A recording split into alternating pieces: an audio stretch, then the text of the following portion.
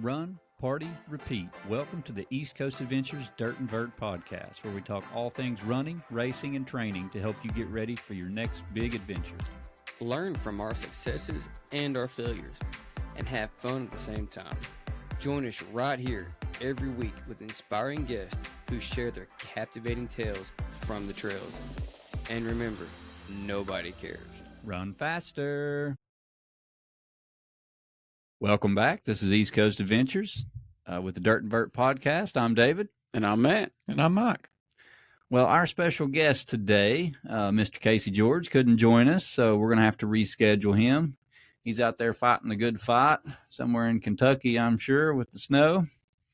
But with that being said, we're gonna change course a little bit, and we're going to talk a little bit with a recap, kind of high level on 2023 for what was the hardest or worst race for us and the best race. And that way everybody can kind of get a perspective there on some of the races that we did and some of the lessons we learned. And we're going to start with Mr. Mike Taylor. So, Mike, if you don't care, tell us a little bit about what your worst race was this year and why. Okay, so we started out 2023, I did, all having somewhat of the same goals, but somewhat different goals, in my opinion. I started out with a coach in January of this year, which was completely new to me because I've got a little bit more age on me than some of them, and some of you I may be out there just identical to, but I'm 47 now, and running kind of got a little bit tougher for me. It didn't come natural, let's say that. So in January of this year, I gained a coach, and Mary's been a blessing to me. So my main focus this year was just completing Vol State. You know, I kind of looked back, and I don't want to beat the dead horse over Vol State during this podcast, but I looked back on it years ago, and probably 2016, 2017, and started looking at it. You know, when you start entering your first 50K and you look at 100K, you're like, what's the Super Bowl of all these? And you kind of look at that and you're like, well, I might get to that point one day. And this year was the year we finally signed up. We finally got in, all of us. And that was really cool for all three of us to get in it. And I think we'd done that kind of like, because our buddy Dusty was just poking the bear, like, hey, you guys should do this, you know, and we finally all did. And then he bailed, but I think he had a daughter having a baby. So it was a good reason. But to me, my worst race of the year, I will say, might have sort of kind of, because I started out with a couple of marathons early in the year just to get some mileage in, and I really just wanted to focus on strength and logging some solid miles, which was different for me because I'd had in the past year in 2022 had some disappointments on my own personal level of what I expected of myself versus what I was producing, and I just couldn't piece it together. Like I said, the results just wasn't becoming natural as they used to 4 or 5 years ago. And like I said, I just couldn't figure out where I was going wrong at. I would go into it with a great attitude and then get X amount of miles in and something would just go wrong. And I think mentally I wasn't prepared for a lot of them. I've learned a lot off David and Matt from that aspect of it. But the worst race, I don't know if I really had a bad race necessarily. Vol State was tough, just not knowing how to run that race. You know, we go into it, we all three had 3 totally different plans. We didn't expect. I'll pinpoint myself and say, out of the group, as far as speed, I'm the weakest out there, and I just did not expect to see these guys the entire race. Me and Matt were together for first part of day 1. Then we separated, and I didn't know why, because, you know, people were coming and going. If you've ever run this, it's everybody with so many different emotions stepping off that ferry. They're going different speeds. They're talking. They're adjusting gear. Everybody has a different goal, from what I've gathered. And early in the race, I come back across David, and I thought, this ain't right. I've really just blown my race on day 1 because David had one goal and he was going to place, somewhere in the along the lines, top 5, top 10, and I know he has very high expectations of himself. And I really respect that, but I knew I needed to run my own race going into this. I talked with Mary and it's like, do your thing, Mike. And I think previously in other races, I've just kind of thrown it out there and think, oh, I can keep up with them, or I can do that, or they're doing this. And I didn't do my own thing. With this one, I told myself early on, all right, I gotten past the point of, you kind of get nervous about getting lost. I mean, it's 314 miles, and I literally get lost at every race. I was that dude that's always wandering off the wrong way. And this one, I finally got past that point where I talked to Mary, and I'm like, okay, I'm not going to get lost. I don't know my plan at all other than just stick with the nutrition, etc. And when I come across, David, I thought, okay, now you've blown it early in the race, day one. But it really worked out. But I'll speak rather myself because he may have different viewpoints. I went through a ton of lows in that race, and I went through a ton of highs. It's one of those races where you really find that point of, you find the bottom if you've not run a race that long yet. And I think I found the bottom and you can come back, and we used each other to meet. I used him. I won't speak for his, but I know I used him and fed off him, and really Matt. We would call Matt, and Matt's having a party back there somewhere, just he'd be sending snaps and be on Instagram and over there, and my feet are murdered and so forth. And I'm just having a horrible time. The people are great. I mean, if you've ever been out there, the volunteers, I mean, they make this race, whether Laz likes them or not. They actually they would be the only thing that ever drew me back to this race, is just the actual people on the course and how much they put into this. So my worst race was probably Vol State, but then again, I want to say I'm not going to say it because it's a bad race. I just want to say it was my worst race because I didn't literally know what to expect as far as footwear, etc., and going that far on pavement. And I don't think necessarily that pavement is any of our forte. I don't think any of us, we all run marathons and road races, and we train on the road here and there. But if you put us anywhere and give us, an option at all, I think every one of us are going to put ourselves in the woods, at any given point. Well, I didn't expect you to actually give that answer for Vol State. I was truly expecting that Mike was going to say the Chattanooga Marathon. Oh, because that's the worst race I've seen. Yeah, that was probably I didn't even think about that. That was probably, so, we got this full method of let's just send it type deal. We'll joke about it. And can I start with this story? I want to start with this story. So I watched Mike strategically place himself in the 4-hour group with the Pacers. And then me and Mary we're following Mike along, and I don't know, 6-7 miles in, maybe a little longer, Mike had already caught the 3.5 hour people. So Mike was turning and burning, and I just kind of looked at Mary and I was like, uh-oh. I don't know what I was thinking, but the first 13 miles were great. If I just quit right then, I'd have been all right. But yeah, that was a big learning curve there at the Chattanooga Marathon. That was the first year I'd done it, and like I said, it's the only time I've done it. And it was a beautiful course, well put on, great volunteers and everything there also. So I speak highly of that. That's Mary's backyard, so she's like knows every hill and where I should be at and so forth like that. And I'm just, I've got the music on that's too good. And I go past David and Mary and I just see them with this look on their face like, what are you doing? How did that turn out, Mike? It did not turn out well. I have a question. In true form and fashion, I know I was laying on the ground after it for probably 30 to 40 minutes easily. Is that the worst you heard all year? In that short amount of time, just want to go. Yes. Because I mean, it was, you just want to just get, I don't know, the people, when you get people on the side, that's where you just get caught up in it, and you hit that right song and, you feel the watch going off telling you your pace is too fast, but you're like, man, I can do this. This is what I train for. I'm a runner. This is me. So, you got Vol State that was, a learning curve as far as learning where you're going, the routing, trying to figure out your pacing, how you're going to survive each day. But then you have the marathon where you obviously blew up after like 15, 20 miles. And guys, when I say blow up, he couldn't even, like, after the race, he laid there for like, 4 or 5 hours. Yeah, I did forget because definitely you guys went and ate, and I just laid Mike outside. couldn't the even restroom. eat with us. We ordered him food, and he just laid out there on the sidewalk. So, but between that, like, what did you learn? Like, what's the biggest takeaway this year for you in running? What have you learned from all of that? Like, what is your one takeaway? Really, just the time, literally. And like I said, I and this goes back to a lot on Mary, where she just when you do something stupid and she just she's going to message you or tell you literally like, what are you thinking, and so forth like that. And I didn't stick with the plan.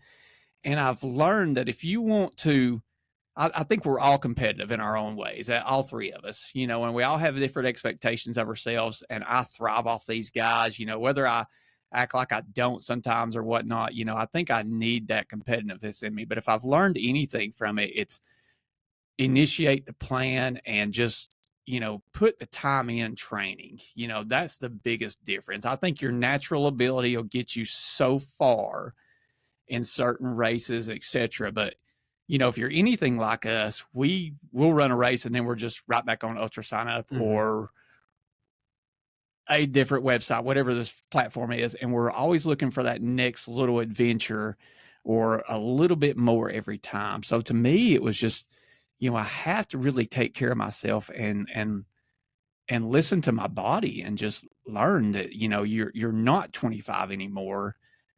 Not that getting older is worse, but you have to really, you have to work at it. I think it is in a different format, and to be competitive, all the podcasts that you guys have done and the interviews and so forth like that, these guys are putting in the time. It's just not like they're showing up on Saturday and just, oh yeah, he's talented, I can't do that. No, they're putting in the time. I mean, Compton and Matt put in time. I watch these guys, we all have our different formats and different schedules, etc. But to me, if I learned anything, it's just you're going to get the results that you put in prior to the race. When you get to the race day, that's what you've given it. It's already determined. Somebody might have a bad day, or you might have a cramp that you just wasn't expecting, or an old injury come up. That stuff happens and so forth like that. But if you're having a race and the other competitors, men, women, whatever, are having their race, and that's when it's going to shine. That's when you're going to,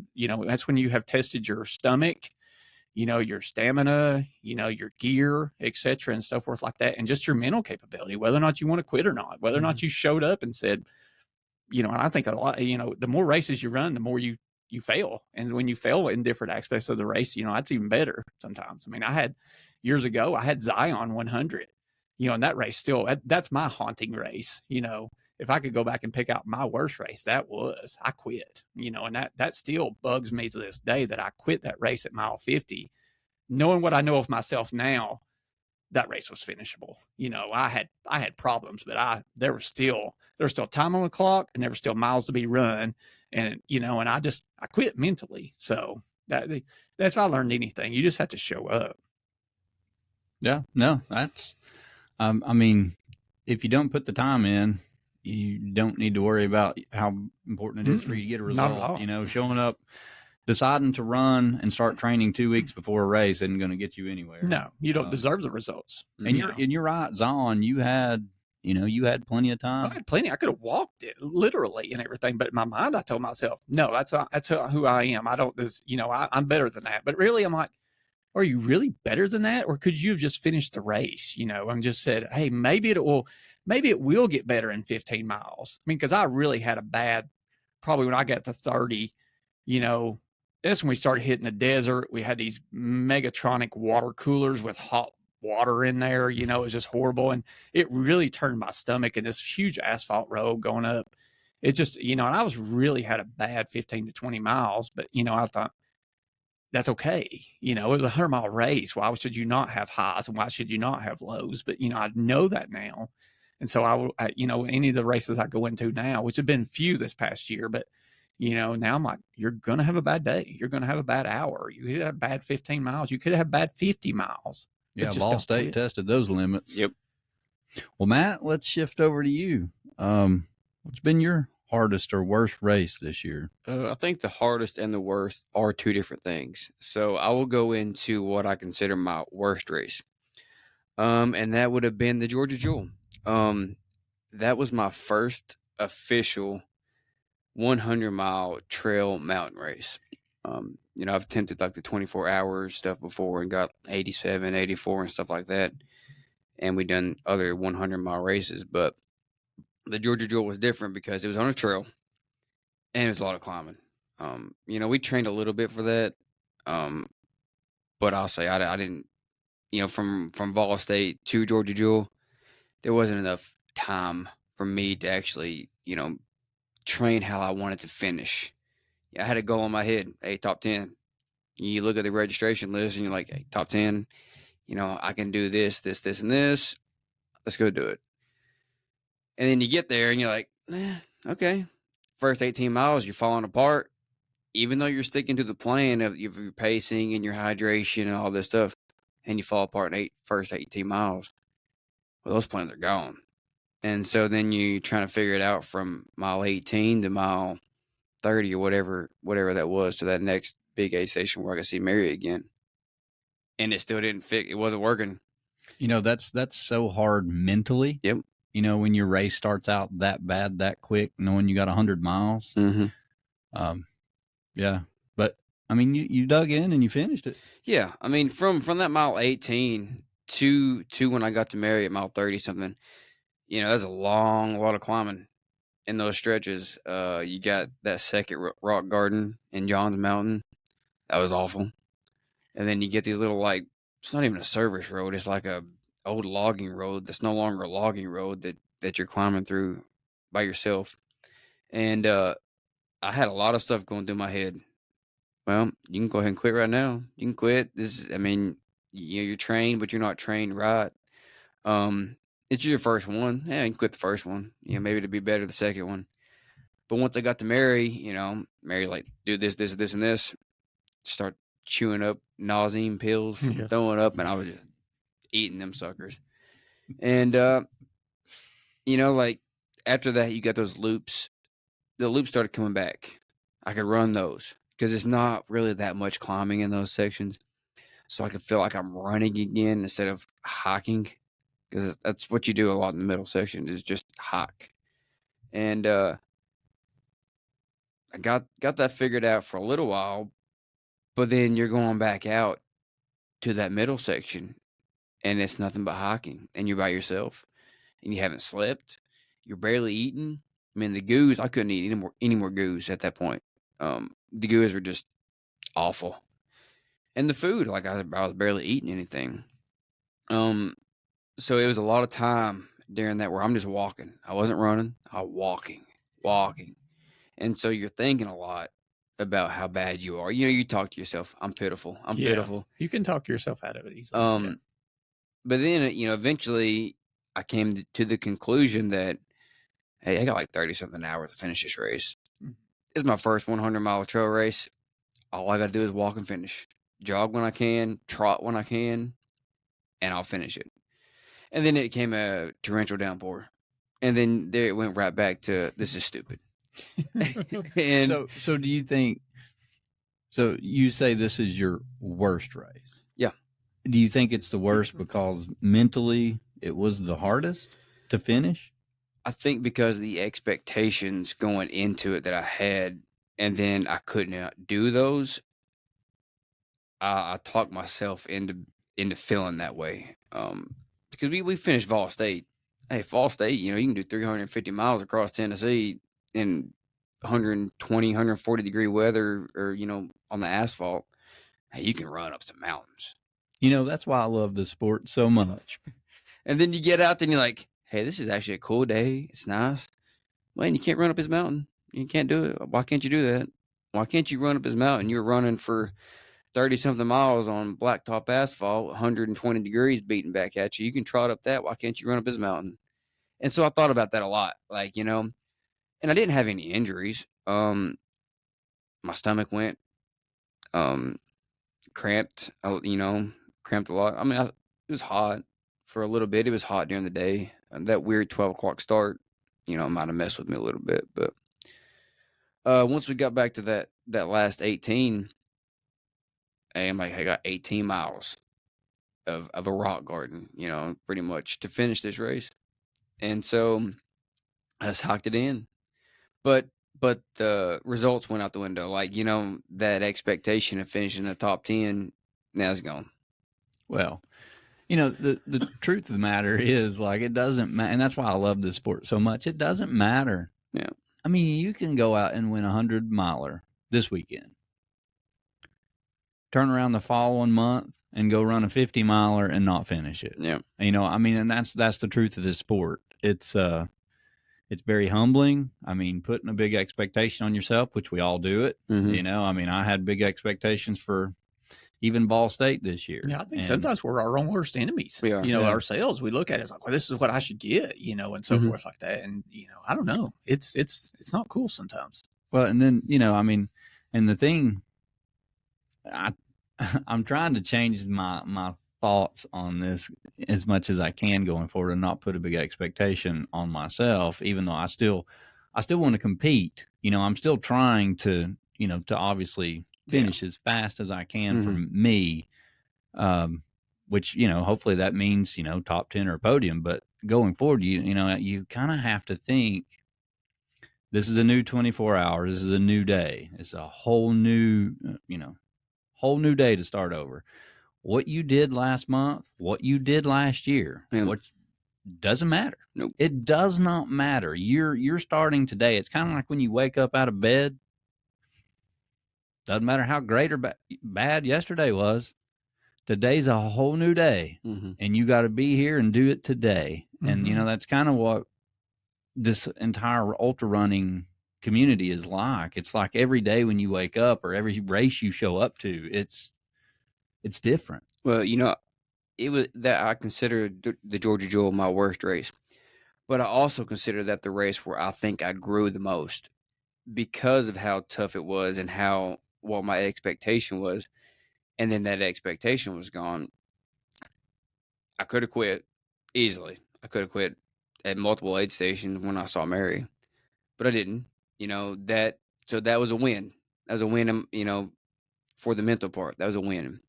And then for staying up for 30 hours, I've never stayed up for 30 hours while running by yourself in the middle of the woods. So that was a win. And my body held up. I didn't have any injuries from that. So there was a lot of wins through that worst. So even though it was my worst race, I grew during that race, and it made it, better for, maybe not this year, but for next year. You know what I love the most about that story, Matt? You did a 300-miler before you even did a 100-miler. Well, I did a 300-miler before I did a 100-mile trail race, because I'd done it. Yeah. But still. Yeah. I mean, honestly. That's what happens when you hang out with us. Oh, yeah. You guys are bad influences. Stuff. So, I mean, and that's the beauty, too, is that having a bad race, having an epic failure, whether it's, the marathon or Ball State or Georgia Jewel, you learn more having a bad race than you learn from a good race. Because I promise you, the stuff you take away from a good race, it's not going to work in every race. No, sometimes you just get lucky, like your stomach stays together, the weather's right, you don't get hot, you didn't trip and fall. It's the things that when they go bad and you figure out how to work through them, and you don't mentally get exhausted and just let it all out and let it go and you give in, that's where the real work's at. That's where the real award's at. And that's when you wake up and you're like, man, that was the worst day ever, and I still did it. And just like you said, Mike, Zon still haunts you to this day. It still bugs me because you did do that, and that's I quit, to say that, when you had this last DNF, I'm like, he was hurt.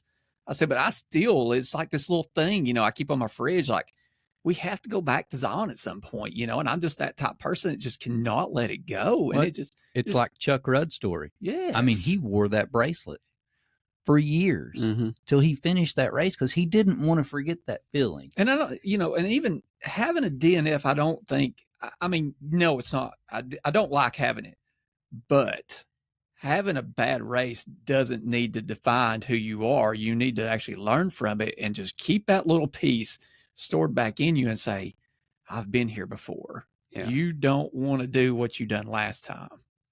Well, technically, Mike, I have 2 DNFs this year. You're looking confused now. Yeah, I'm trying to remember. Black toe. Oh, yeah. That was the rhabdo.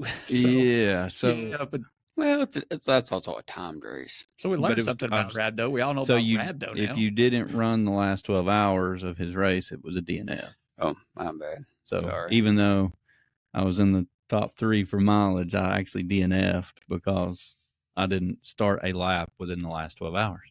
Yeah, we can have a podcast sometime on rhabdo. Teach you all about that. Yeah, I spent enough. It's been a rough year. So, Yeah, David, we got mine, we got Mike's. Now let's hear yours. I would say by far my worst race was Black Toe in January. Ball State was really hard, Mm-hmm. but it wasn't my worst race. Yep. And Black Toe was probably one of the hardest races I'd done going through what I was going through. And I didn't realize what I was going through at that time. Because you started out kind of bad, though, right? You didn't feel good from even days before. You weren't 100%. Well, you had that sinus infection. Right. So Black Toe is when I got rhabdo. So that's what Mike was talking about a minute ago. But going into the race, was working on my daughter's bedroom. I tore all the carpet and stuff out. My allergies went crazy. I couldn't fix any of that. So they put me on steroid Mm-hmm. and a Z-Pack, and that didn't do it. In separate times. So they ended up putting me on it together the last week, right before Black Toe. And I finished that dosing on Friday and started the race on Saturday.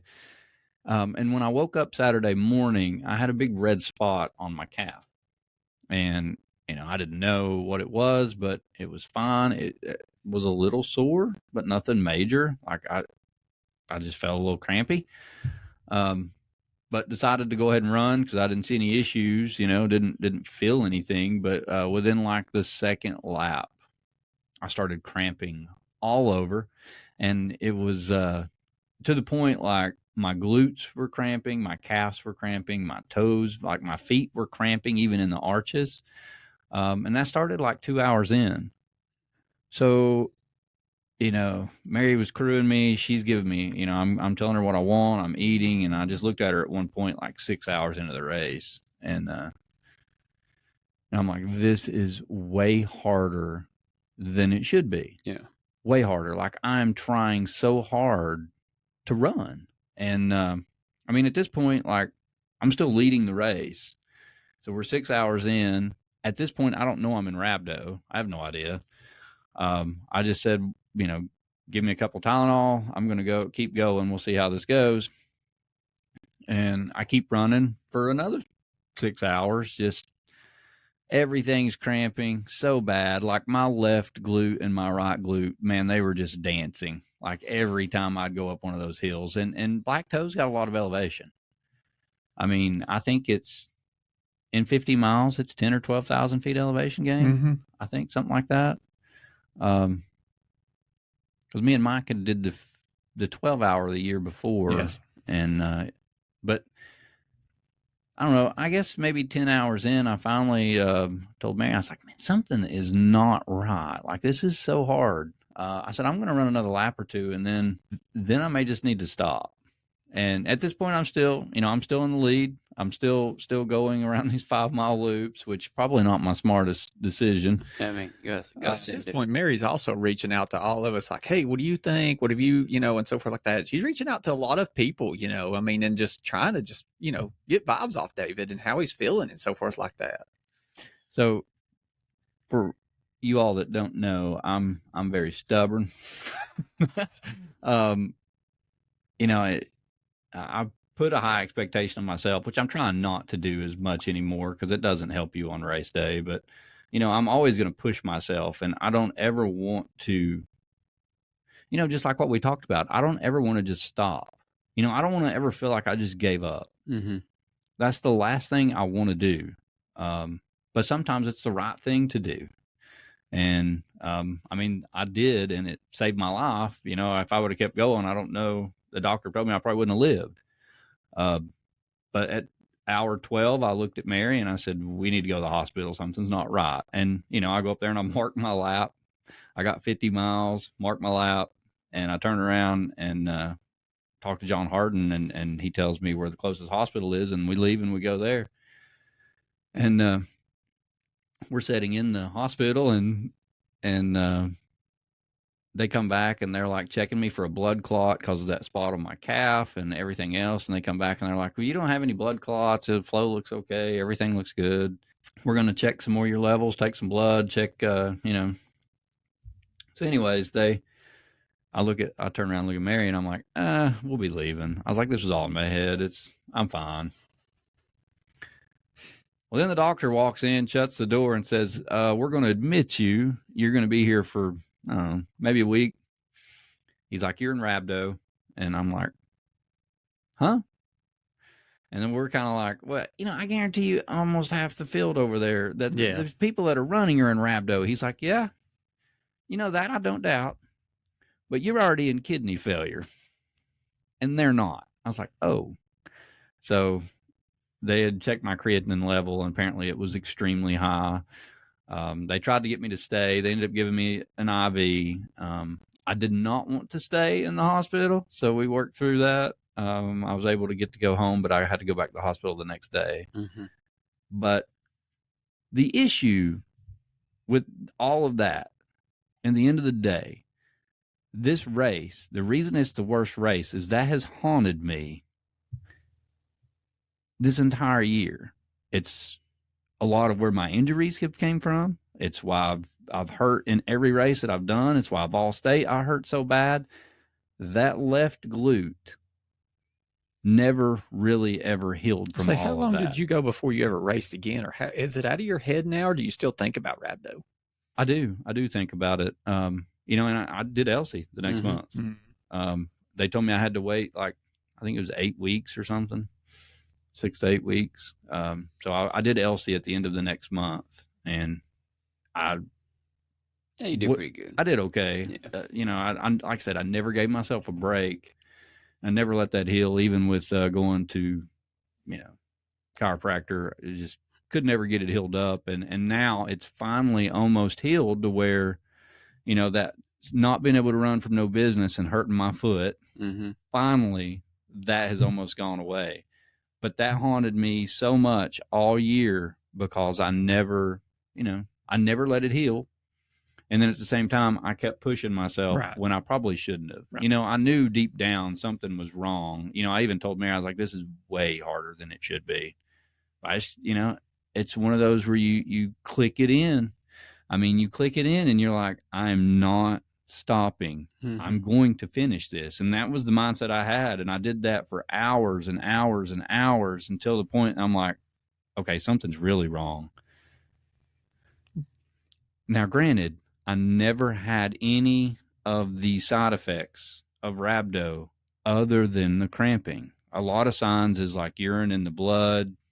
I'm sorry, blood in your urine or really dark urine. Yeah. I never had any of that. And you were still, you know, going to the bathroom. Yeah. And I never apparently throwing up is one. I never threw up.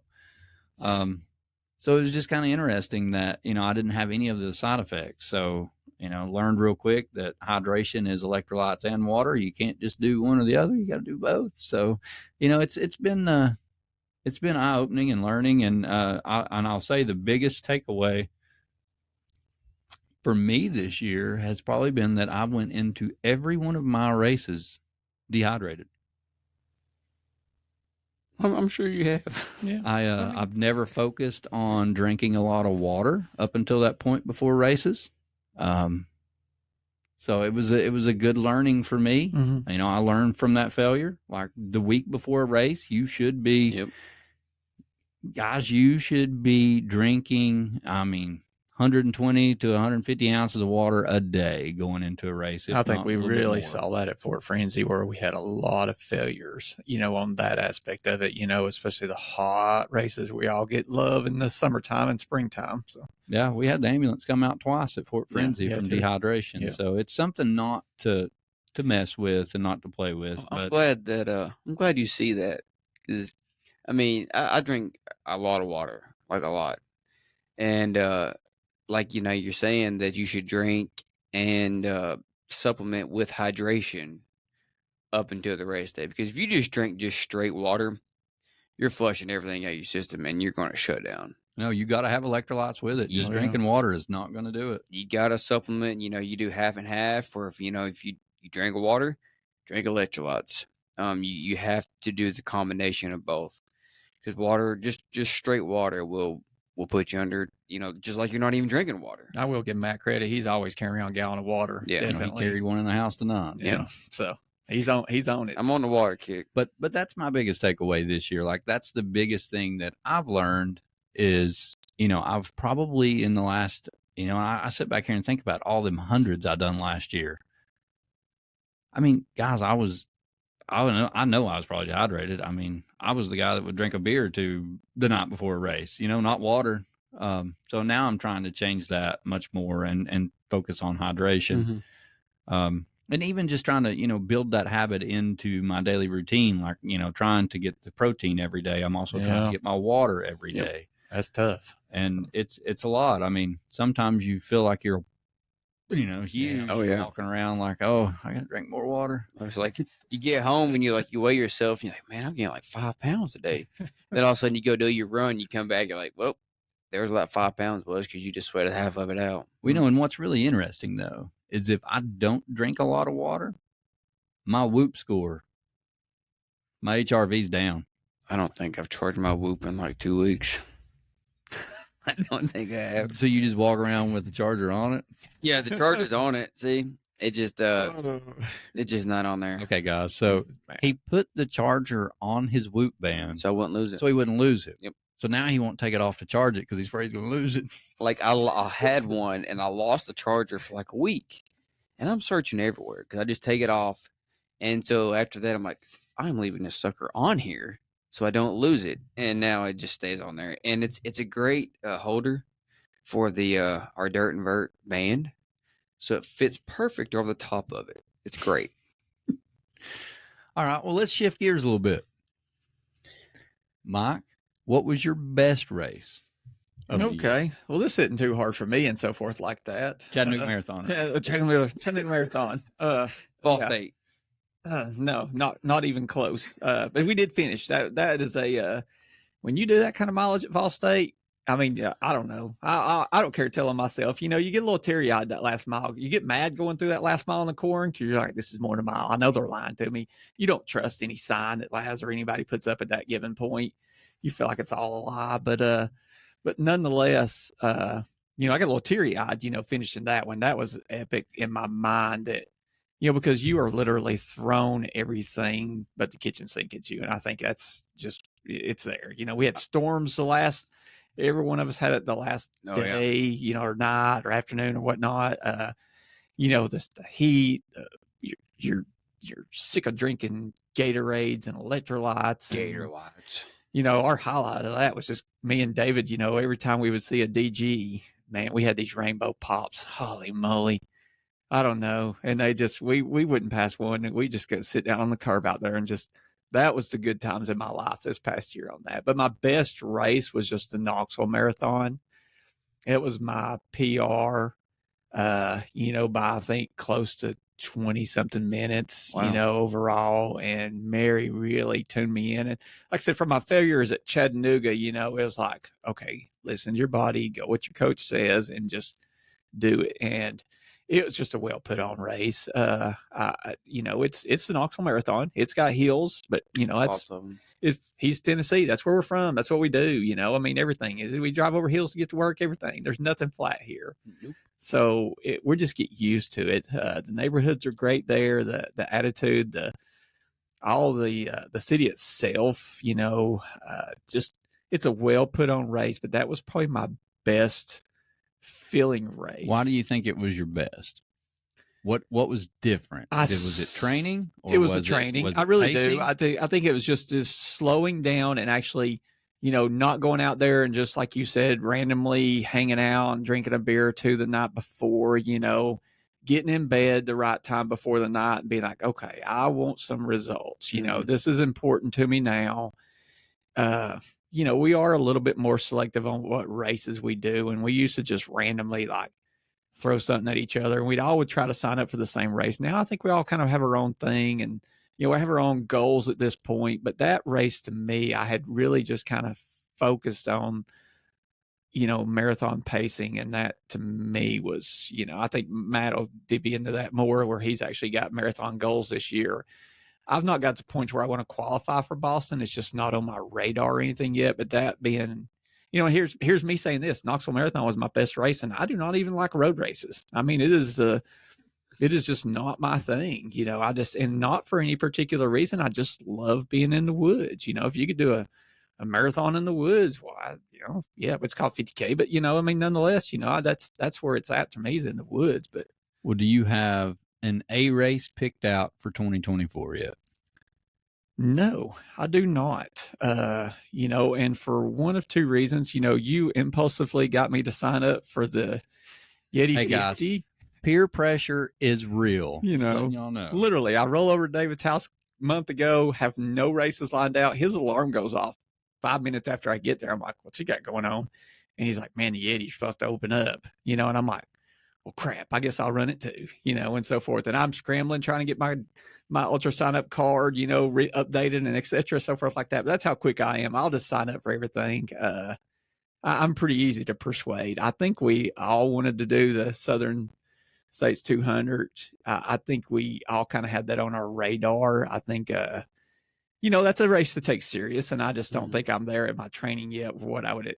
Not that we should have expectations of ourselves, but I realistically know that I cannot put it in the miles right now to give that race the respect it'll deserve. We have our granddaughter coming in February, our first granddaughter. So that's taken up a little bit of my first couple of months of this year. I still train every day, still log miles every day, but I know respectively, I don't have an A race that I have picked out yet.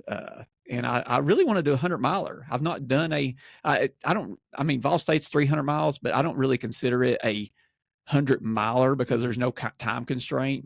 10 days is 10 days. So I really would like feedback on what 100-miler around. I've done a couple, but that's we've not talked about that, but I would love to do another 100-miler this year just to prove back to myself, hey, you can still roll with some of these, I think you should do no business. Well, yeah, and it opens up January. So yeah, Brian's posted it. You should sign up. Yeah, I see Staмен's picture on there. So you do it this year, then, and we'll all do it next year. Yeah, I got to go back next year and get my double. Yeah, you got to get the double. I get the first. Are you going to do it this year, Matt? No. It's 2025 for me. We can still got time to convince you. So you No, get I on. can't- Put your I name on the cannot wait do it this list. year. It's free to put your name on the wait list, dude. Can't do it on this year. Yeah. So Matt, what was your best race this year? It's very close to say what is my best race. Because I did really well at the Knoxville Covenant. Like Mike said, it's a very well put on race. I tried in our back door, 20 minutes up the road or 30 minutes up the road or whatever it is. But I think that my best race would be Mad Backyard. That was my first official go at the 4.1 backyard format. I did Mid-State and LC, which are different. They're shorter, tighter time restraint. But Mad, I went into it, not really knowing, what to do. For 4 miles, you got an hour. You got to plan all that, how fast you're going to run, what markers you're going to hit, your hydration, your nutrition. And then, when I hit 100 miles and I hadn't slept, that was my first official time at a race before Vol State or for Georgia Jewel where I haven't slept. But I didn't sleep for 24 hours. I'm like, this is awesome. Everything was great. Hydration was great. Nutrition was great. No cramping. You didn't have to run fast. You could do a slow jog. You got to talk to multiple people. But then the knee just went to like whoosh, swelled up, and I looked at Mike. I'm like, this is awful. Like my knee is just. We didn't make it easier either. If you can imagine a 20 by 20 canopy tent that me and David had set up, and we had a heater inside of it and everything. So these guys hated coming in out of the cold weather. I mean, the whole time toward the night it was freezing and it was raining. But I mean, you know, once you get in that state where you know exactly you got 55 minutes or 50 minutes or whatever you want to do, it's pretty easy to get into the rhythm. Yeah, you guys were doing great. And so, yeah, I wasn't hurting during that race. I wasn't tired during that race. I wasn't cramping during that race. I'm just talking to everybody. That Melody chick, me and her ran together for a long time. And then, you know, David Kyle, Dusty, Cindy, Jonathan, we were all there. So it was like ECA just hanging out and just, you know, running the 2 loops at a time to make the 4-point. But that race felt easy until my knee blew up. But I think for it being the first time I did that type of format, other than the other last person standings, that was probably my best race this year. Because it, like, you know, I didn't sleep. Nothing went wrong. Stomach went great. I was eating food all day. I wasn't relying on those awful gels. So what's do you have an A race yet for 2024? I know you're on your marathon kick here, but do you have an A race that you're looking to really push at? I don't have an A race yet. I got the 4 marathons that I want to do are Chattanooga, what is it, Erlanger, maybe, whatever it is. Whatever you got over there. What is it, Erlanger? Yeah, it's Erlanger. Erlanger, Knox Covenant, Nashville Rock and Roll, and Memphis St. Jude. So those are the 4 marathons. If I qualified one of them, that'd be awesome. But I haven't sit down with Mary and picked a specific one that I'm going to go for that. So, but those are the 4. I call it the Grand Slam of Grand Slam of Tennessee marathons. Well, that's pretty cool. Yeah, it'll be good. It'd be good. What about you, David? What, best race? Best race. What your best race? Best race. Did you have one? I did not have one. Not even one. Come on now. There's gotta be something. If every race, something was always hurting. I would say the only race that I did decent at, I felt like, but still was hurting more than I should have been, was probably Johnston Woods. Yeah, you did good there. You did good there. It rained the entire time. Yeah, but again, 20 miles in that my day. glute killed me the entire time that I was running. So Port Frenzy, you placed first. Yeah. I mean, granted, I get that, but it still wasn't my best race because they were struggles. You know, that's like I'm saying there. I just didn't have a great race this year.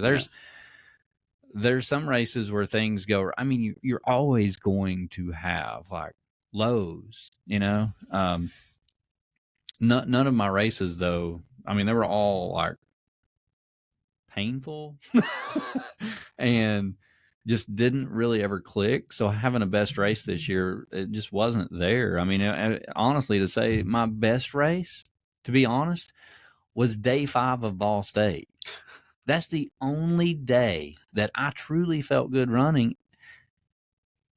And I ran faster on day 5 than I did the whole race. You did? You know? For sure. I mean, I guarantee if you look at my Strava segment, I've probably got the record on that. Whatever the climb is up to the cornfield or whatever that. Yeah, I don't know what that I need to make that a segment just so I can see it. May already be a segment, but I mean that was my best day, you know. But I had some huge struggles in Ball State. You know, it was something all the time. But you know, the thing is like you don't have to have a best race. Mm-hmm. You don't. Like if I want to have those. I had those in 2022.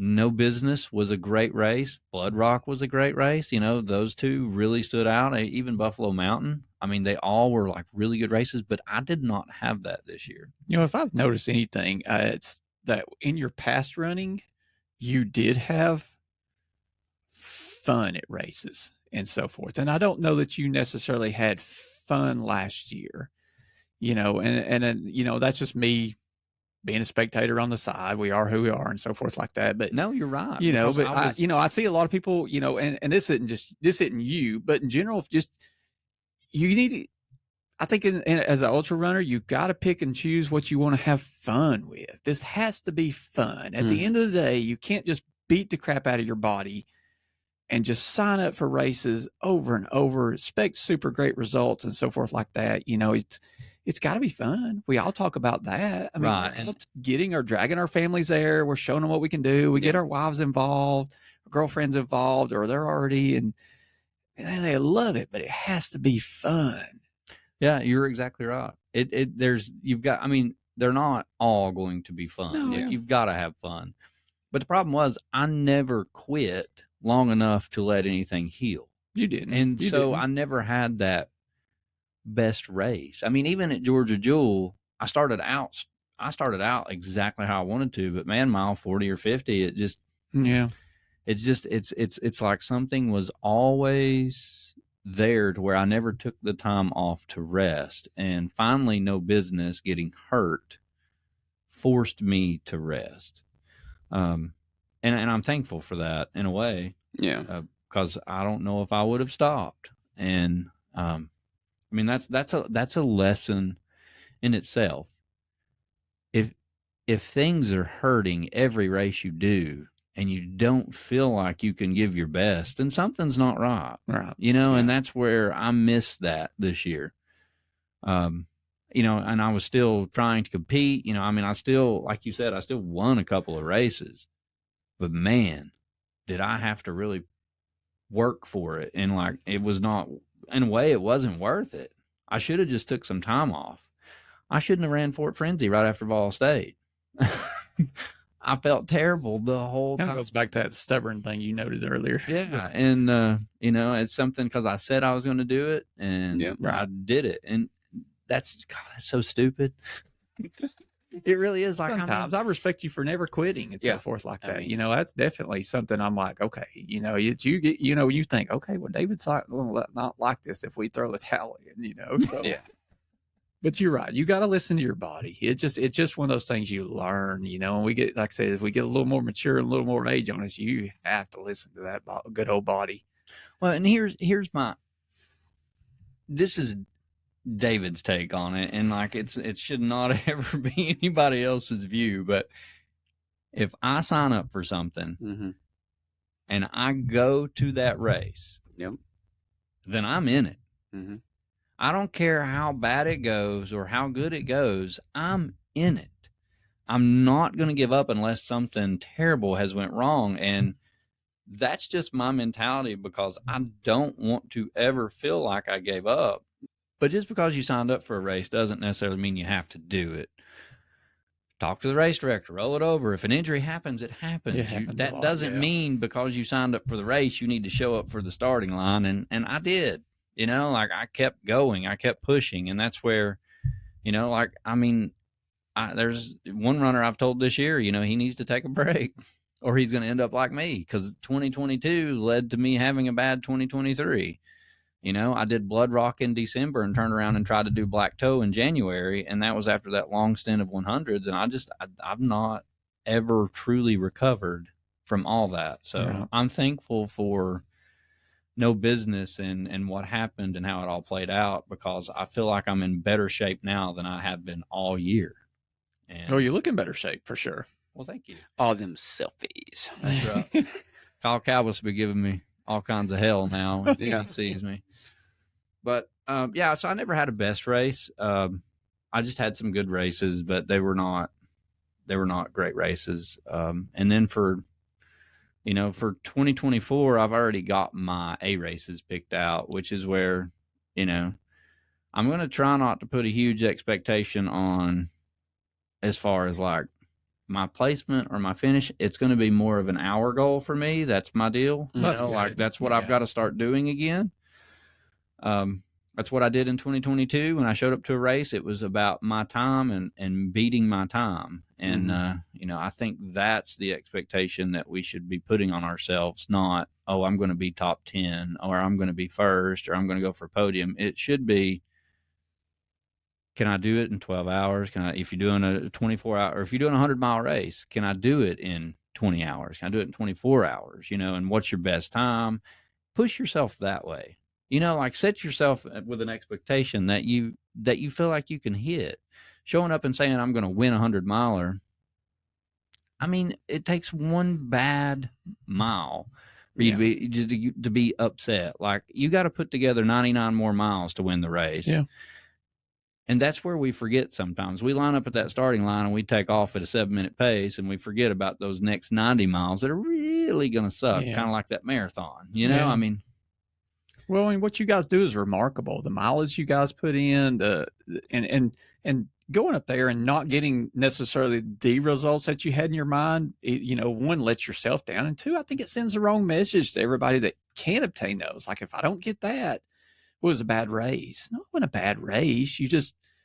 Maybe you got to do something. There is no explanation sometimes. Sometimes it was just the circumstances. Like you said, one bad mile just kept you from, and like I said, you guys can speak from that more than me. You've run a lot more 100-milers than me. Well, and I think, the interview with Amy, that conversation with her, I think was the best that you could possibly say that. And it may not be your best on that day, but it's the best that you have on that day. Yeah. Like, that's not your best that you've ever raced. And there's going to be races like that. And that's why I said, just because you went a 100-miler 2 weeks ago doesn't mean next month you're going to even finish it. Right. Yeah. Give your best every day, whether that's first or last or whatever, as long as you're giving your best and making the effort. Definitely. But I mean, I think my A race is, I'm going to do the Chattanooga Marathon on to the Yeti 50. I hope and y'all then run my really A fast. race is going to be Yeti 100. So all those are leading up to that. So I get to run like your first official marathon. We get to run together.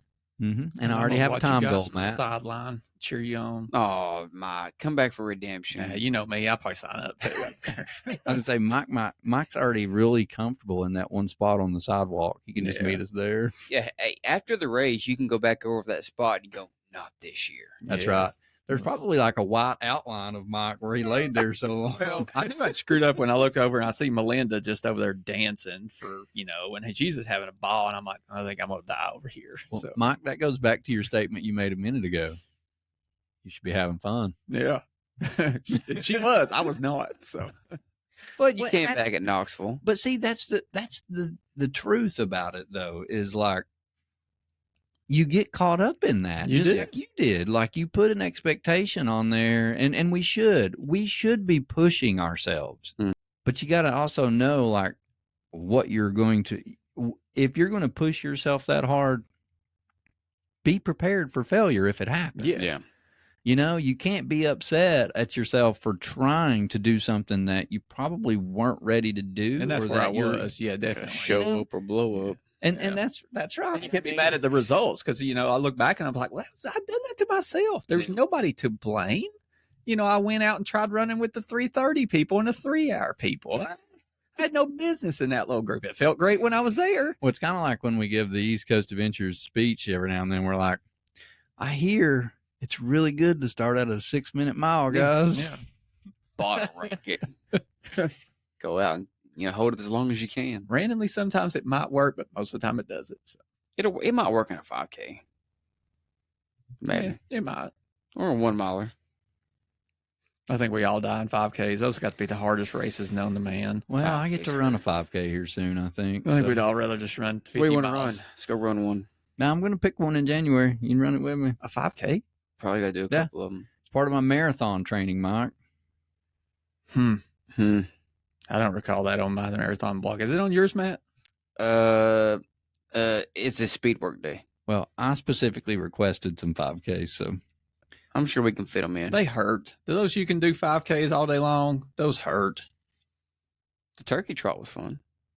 Yes, it was. That was down in Athens, Tennessee. Me and Matt went to that recently. And, of course, true fashion, well put on race, hurt.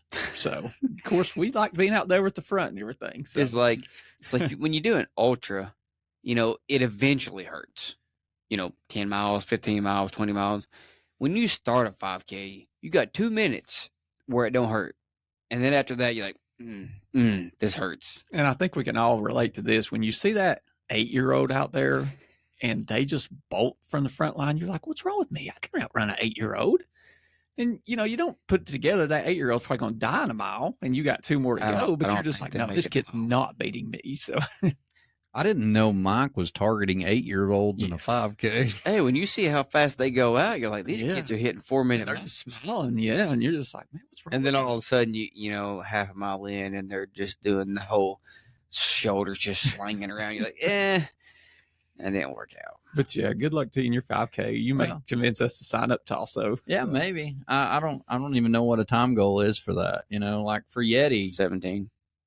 Yeah, 17. For Yeti 100, I have a big goal, and you know, I'm going to push. That's all. This is leading up to that. So that's what I'm wanting to do. I want to run my fastest 100 miles at Yeti. Mm-hmm. So we'll see how this works, and I don't really know.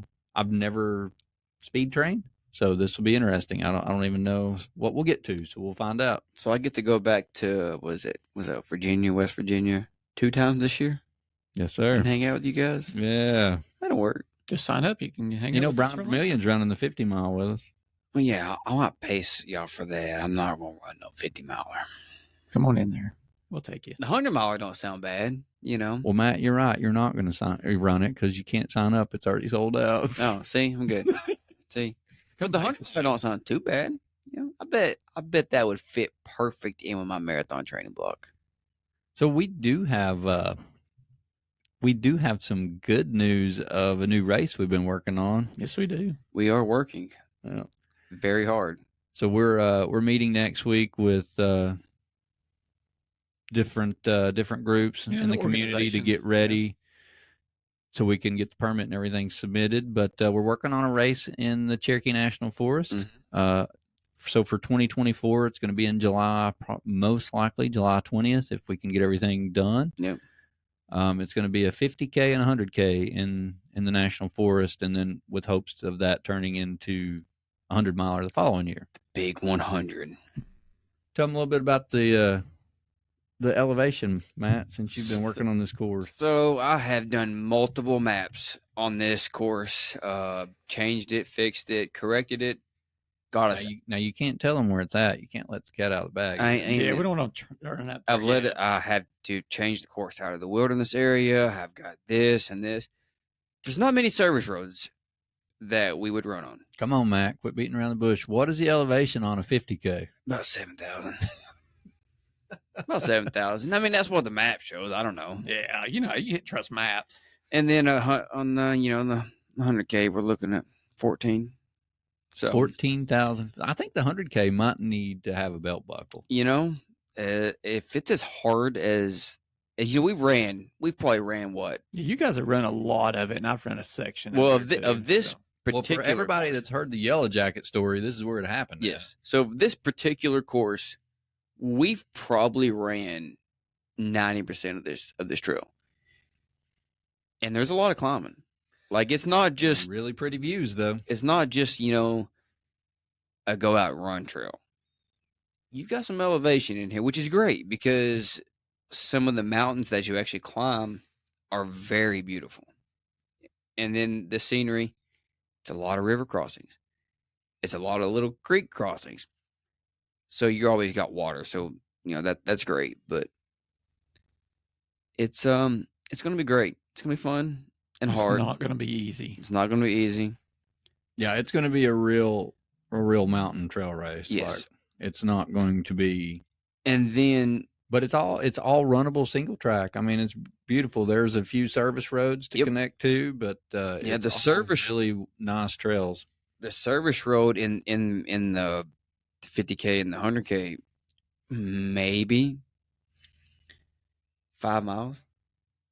Then the whole time, because you know we got some roads that you actually got to run just a little bit to get to the actual trail and to finish. But the service road area, it's not that much. That's normal though. Yeah. I mean, you go that much wilderness. It's every race I've ever ran out there. It's service roads are part of it to some extent. But the service roads aren't just flat service roads either. They're climbing service roads.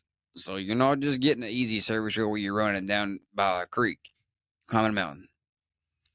But then once, if this goes great and everything falls into place, 2025, that 100-miler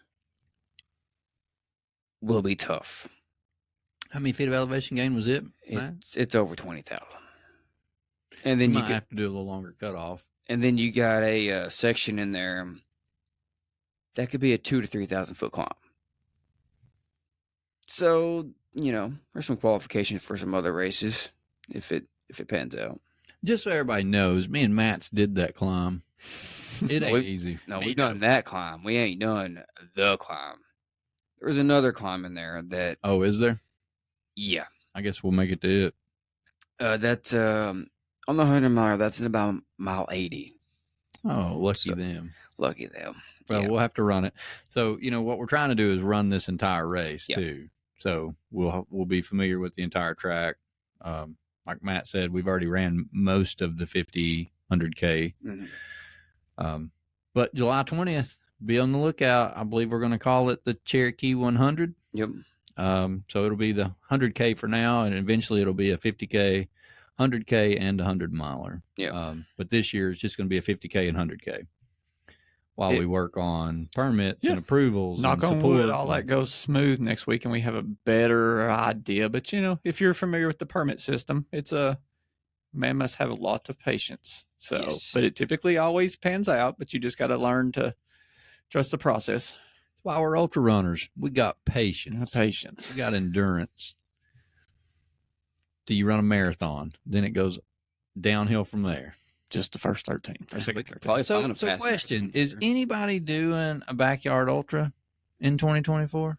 I've not said anything to anybody, but I've thought about the MAD, just because, I don't know. It's different. You guys have done it. You've not done MAD. Did you do MAD, David? Mm-mm. He didn't. Okay. He didn't. Just Remember me and you said in the heater there. You said heater. I think you were going to run MAD, but you had an injury?